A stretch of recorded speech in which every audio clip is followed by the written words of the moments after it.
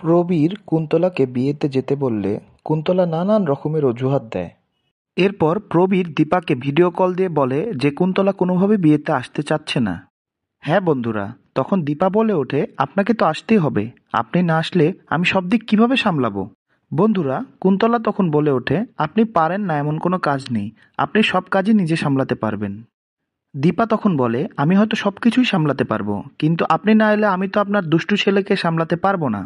এই বলে রুডির কাণ্ড কারখানা সে ভিডিও কলে তাকে দেখাতে থাকে। এই কাণ্ডকারখানা দেখে কুন্তলা আপন মনে ভাবে, রুডি যদি কাউকে কিছু বলে দেয় তাহলে অনেক সর্বনাশ হয়ে যাবে। সেজন্য কুন্তলা দ্রুত রওনা হয়। তারপর কুন্তলা ভিডিও কলে বলে যে আমি আসছি ওখানে।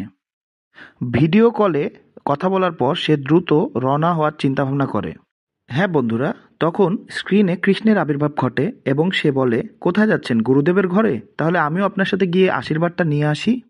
কুন্তলা তখন বলে, আমি কোথাও যাচ্ছি না, চলুন বেরিয়ে পড়ি। অন্যদিকে রুডি নেশাগ্রস্ত অবস্থায় এমন কাণ্ডকারখানা করে, রুডিকে সামাল দিতে সকলের অবস্থা খারাপ হয়ে যায়।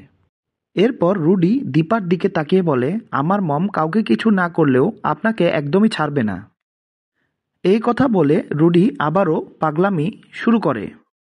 রুডির পাগলামির মাত্রা আরও বেড়ে যায় এবং তখন সেখানে কুন্তলার আবির্ভাব ঘটে এবং কুন্তলা রুডিকে একটি থাপ্পড় মারে।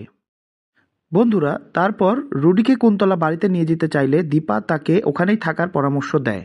দীপার এ কথা বলার পর জয় আর দীপ রুডিকে ধরে ঘরে নিয়ে যায়। পুরোপুরি মাতাল অবস্থায় রুডি ঘরে চলে যায়। হ্যাঁ বন্ধুরা, অন্যদিকে রূপা সোনার কাছে যেতে চাইলে সোনা বলে, একদম আমার কাছে আসবে না, ঠিক বাবার থেকে আশীর্বাদ নিয়ে বিয়েটা করেই ফেলছো। রূপা তখন দুঃখে কষ্টে বলে যে, তুমি কি আমার একটুও ভালো ভাবতে পারছো না? সোনা তখন বলে, না আমি ভাবতে পারছি না, কারণ এই মুহূর্তে আমি ভালো নেই, তাই আমি কারো ভালো ভাবতে পারছি না। রূপা তখন সোনাকে বলে, তুমি বলো তোমার কি হয়েছে? সোনা তখন তাকে অভিশাপ দিয়ে বলে, তুমি কোনোদিনও সুখী হতে পারবে না, তুমি কোনোদিনও সুখী হতে পারবে না, এবং এ কথাটি বলে সেখান থেকে চলে যায়।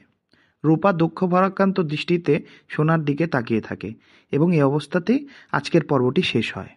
Please like, share and subscribe.